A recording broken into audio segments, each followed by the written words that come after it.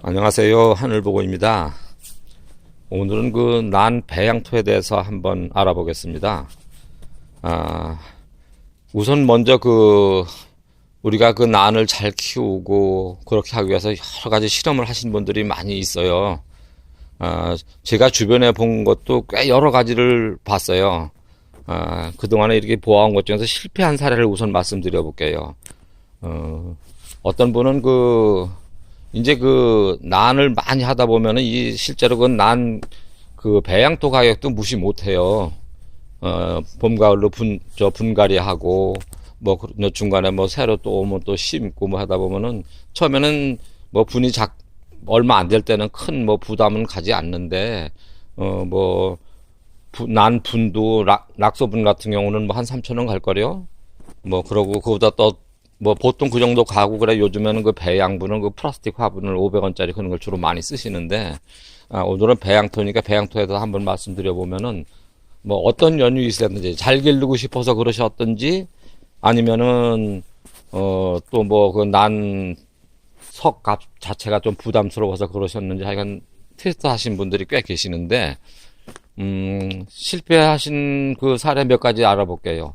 어떤 분은 그 전체를 흙으로 심어 보셨어요. 처음에 흙으로 이렇게 몇 개 심어 보니까 잘 큰다. 그런데 나는 무엇으로 심어도 처음에 얼마 동안은 잘 커요. 탈 없이 잘 커요. 그런데 결국은 어떻게 됐겠어요? 많이 죽였죠. 그리고 그 다음에 가보니까 이제 또 모래로 심으셨더라고요. 모래 잘 큰데요. 물 빠짐도 좋을 거라고 생각이 되죠. 근데 물을 계속 주다 보면 차츰차츰 다져져가지고 배수돌이 썩 좋지는 않을 거예요. 모래 실패하셨어요. 그 다음에 황토로 심으셨더라고요. 황토로 심으셨는데 그것도 역시 흙이니까 이렇게 물을 계속 주다 보면 물 빠짐도 안 좋고 아마 그 분내 습도가 굉장히 높을 거예요. 그러다 보면은 결국 그것도 이제 실패를 하게 돼 있고요. 아주 난계에서 꽤 유명하셨던 분인데 그분은 난석 중립인가? 소립인가? 아마 저는 중립으로 기억을 하는데 소립인지 하여간 중립과 소립 사이에 지금 기억나게는 그만한 적인데 그거를 황토물로 개가지고 그거를 난석을 코팅을 해가지고서 그래서 그걸로 심으시더라고요. 그분은 한 8,000분 정도 있었어요. 난이 한 8,000분 정도 있었는데 나중에 보니까 난석에 이렇게 난석을 계속 그걸 말려가지고 이렇게 심으셨었는데 그 난석에 있던 황토가 난 뿌리에 물주머니에 물주머니를 다 완전히 둘러싸서 코팅을 해 놓더라고요.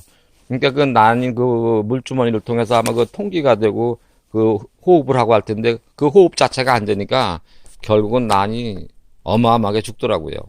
그러니까 황토, 모래, 흙, 어느 분은 부엽토로도 해보셨대요. 산에서 부엽토에 잘 사니까. 근데 부엽토만 가지고 좀 어려울 것 같고요.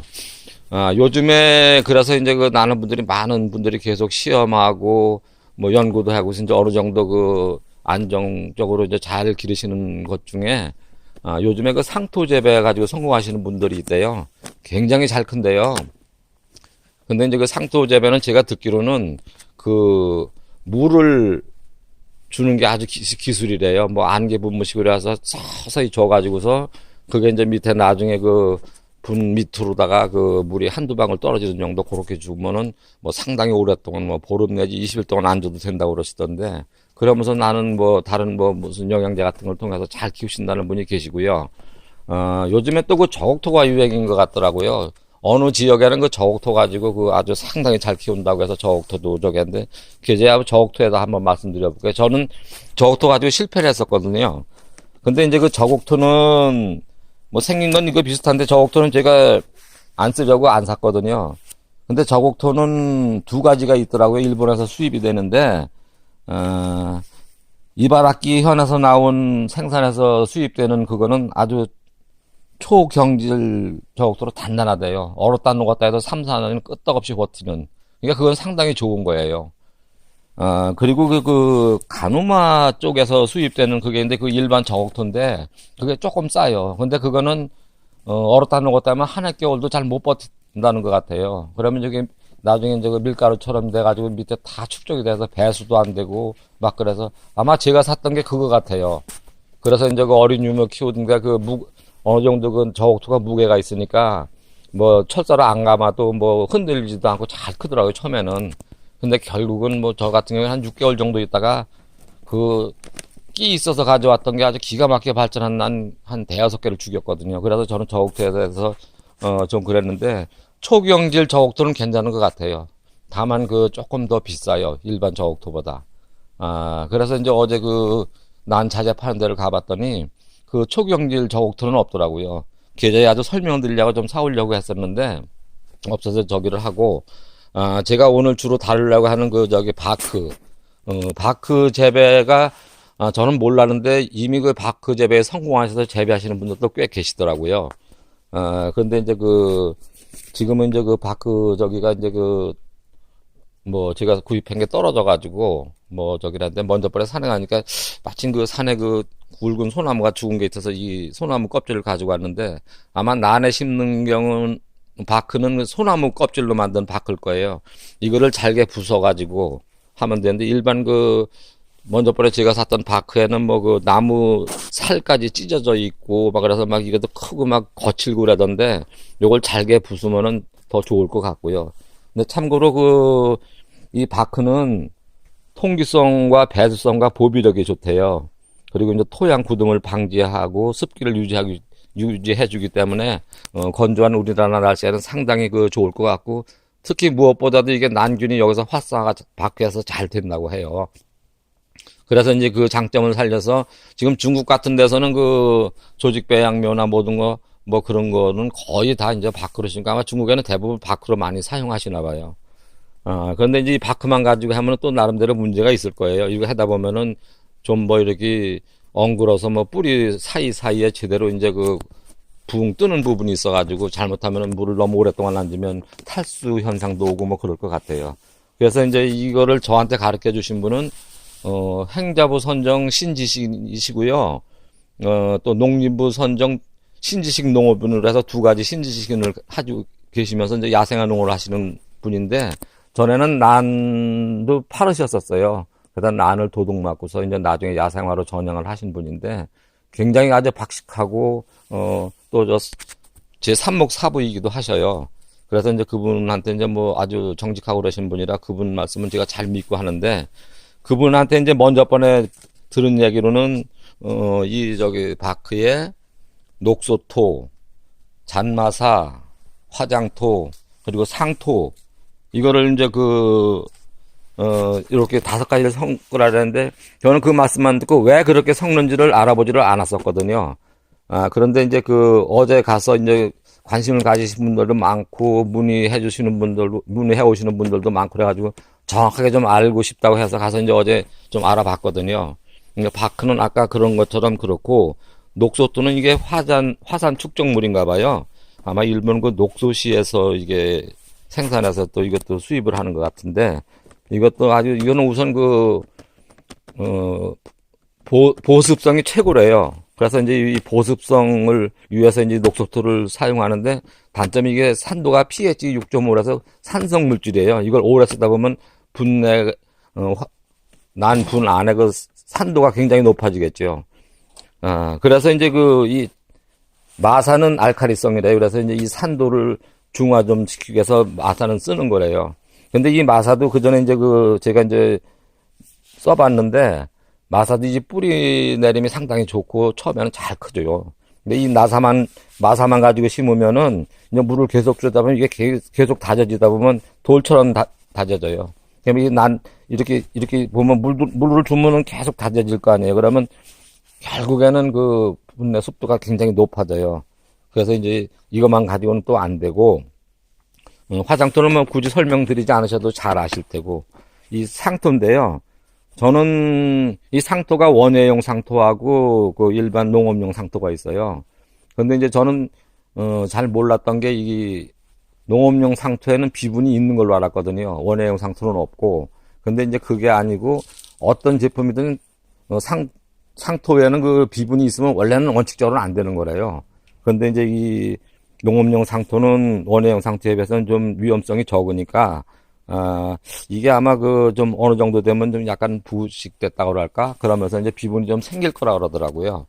근데 이제 결국 놓고 보면은 이 5가지가 다 비분이 있는 건 거의 없어요. 아니, 거의 없다기보다는 상토만 제외하고는 전혀 비분은 없는 거예요. 그러다 보니까 이제 좀 저기 있는데, 저는 상토에 아마 비분이 있을 거라고 생각하고 난이율이 잘 크는 걸 보고 그랬는데, 난균이 활성화돼서 이렇게 잘 큰 거로 보아지고요. 그래서 이제 그분 말씀은 거름이 필요하대요. 거름이 필요한데, 이제 그분 쓰신 거는 유박을 섞으셨다라더라고요. 그래서 유박도 뭐 장애가 있지 않을까 해서 저는 안 썼거든요. 근데 이제 어느 분이 이제 사시는 과정에서 말씀하시는데, 유박도 1년 이상 된 거는 다 완전히 이제 부숙이 끝나서 나중에 1년 정도 이렇게 보관했다 유박 포대를 꺼내보면 뭐 곰팡이처럼 하얗게 다 이렇게 펴 있고 그랬는데, 그러면 이제 전혀 어떤 거에도 전혀 장애가 없고 뭐 피해가 없대요. 그러면서 이제 섞는 비율을 말씀을 하시는데, 바크, 녹소토, 잔마사, 화장토, 상토를 각각 하나 이런 식으로 해서 하는데, 저는 해보니까 이게 혼합을 해서 손으로 하다 보니까 막이 섞이고 무게가 다 틀리잖아요. 그래서 이 마사 같은 건 밑으로 가라앉게 되고 막 그래서 하는데, 참, 있기 전에 말씀드렸는데, 상토는 왜 쓰냐 하면은요, 이제 이것도 이제 뭐 물을 주다 보면 막 다져지고 그러잖아요.